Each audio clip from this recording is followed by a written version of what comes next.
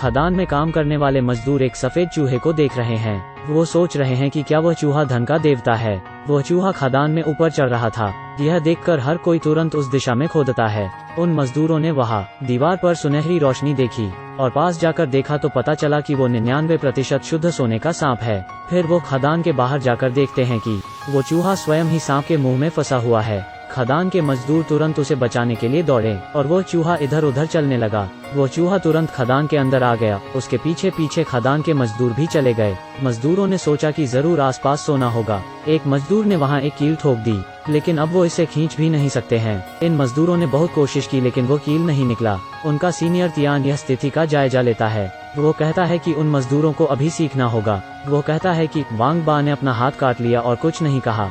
मजदूरों का मुखिया आगे बोलत है कि खदान में एक कहावत मशहूर है कि इस कील को दीवार से बाहर नहीं निकाला जा सकता।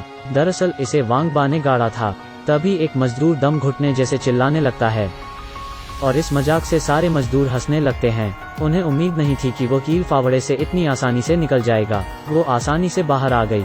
तियान उस कील में लगी रेत को छूता है और मुस्कुराता है। एक मजदूर यह देखकर और खुदाई करता है और जैसे ही गहरी खुदाई करता है उसको पता चलता है कि वो वास्तव में सोने की ईंट है। वो लोग यहाँ की मिट्टी को पानी से धोते हैं और ध्यान से कंदील की रोशनी में देखते हैं।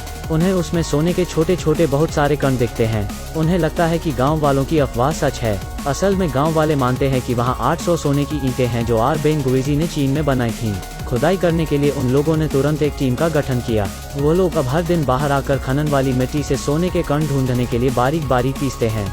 फिर वो लोग एक पानी वाले उपकरण की मदद से धूल और सोने के कणों को अलग अलग करने की प्रक्रिया शुरू करते हैं, जिससे पत्थर की भारी धूल पानी में बह जाती है और जो कुछ बचता है वो शुद्ध सोना होता है। फिर एक मजदूर ने शुद्ध सोने को कागज के तौलिए में लपेटकर एक छोटे चूल्हे में फेंक दिया और सोने को पिघलाने के लिए आग लगा दी। उस मजदूर को इससे एक छोटा सा सोने का टुकड़ा मिलता है। आखिर यह सारे सोने के टुकड़े एक साथ रखे जाते हैं। तियान इसे पैसे के लिए एक्सचेंज करके समान रूप से बांट देते हैं। उन्होंने पैसों का स्वाद चखा और फिर से दिन रात खनन शुरू कर दिया। तियान कहता है कि वो सिर्फ 800 सोने की ईंटें ढूंढना चाहता है।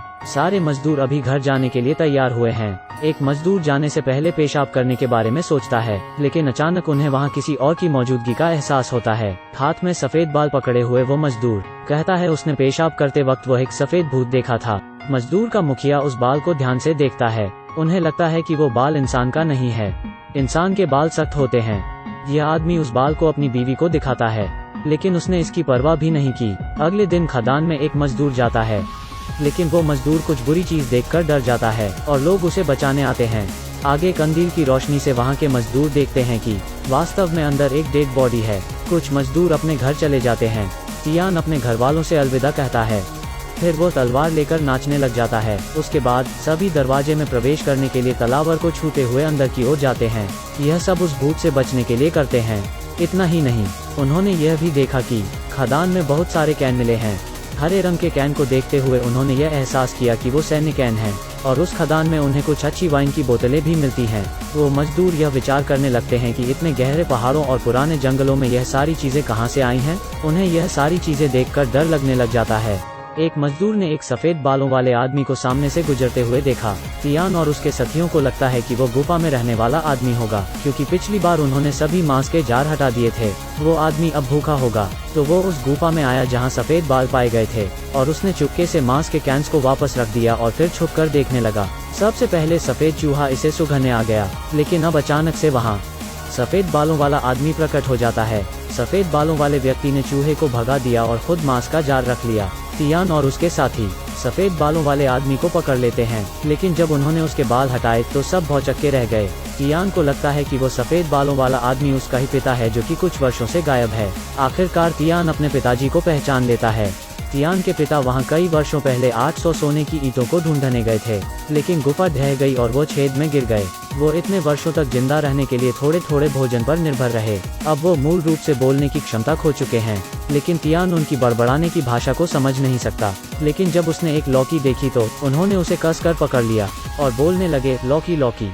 और फिर उसने इशारे से लौकी पर बनी हुई पेंटिंग दिखाई। तियान समझ गया कि वो जरूर खजने का नक्शा है। तियान अपने साथियों के साथ तुरंत नक्शे के सहारे खजाना खोजने के लिए निकलता है। उन्होंने पूरे खदान का चप्पा चप्पा छानना शुरू किया और शैतान द्वारा छोड़े गए सामान को देखा। उन्होंने गुफा की पीछे की दीवार में एक दरवाजा देखा और वहाँ बचे हुए बक्से को हटा देते हैं। उन्हें दरवाजा खोलने में काफी मशक्कत करनी पड़ी। उन्होंने देखा कि अंदर एक छोटी सी गुफा है और वहाँ लकड़ी के बहुत सारे बक्से मिले। क्या यह 800 सोने की ईंटें हो सकती हैं? वो मजदूर उन बक्सों को खोलने का बेसब्री से इंतजार कर रहे हैं, लेकिन उन्होंने बॉक्स के चारों ओर पतली पारदर्शी तारों को देखा। वो अपने बाकी मजदूरों को सुरक्षित रखने के लिए उन्हें बाहर भेज देता है। अब उसके साथ केवल 2 मजदूर और बच जाते हैं। तियान ने लोगों से तार के दोनों सिरों को कसकर पकड़ने के लिए कहा और उसे कैंची से सावधानी से काट दिया। जिजियान ने डर के कारण पेशाब कर दिया। फिर मजदूर धीरे धीरे से तारों को हटाने लगे और उन तारों को डब्बे से बाहर करने के बाद उन्होंने उस तार को कुल्हाड़ी के चारों ओर कसकर लपेट दिया।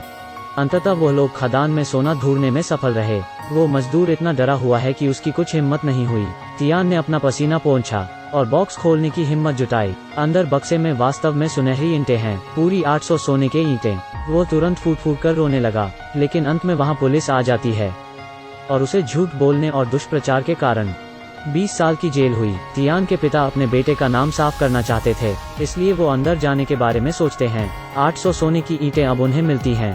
अंत में इन्हें अब बदनामी का सामना नहीं करना होगा। उपरोक्त टीवी श्रृंखला का नाम गोल्ड रश वैली है। आशा करते हैं कि यह कहानी आपको पसंद आई होगी। मुझे लगा था कि यह सिर्फ एक साधारण सोने की खुदाई करने वाले की कहानी होगी, लेकिन यह कहानी कुछ अलग थी।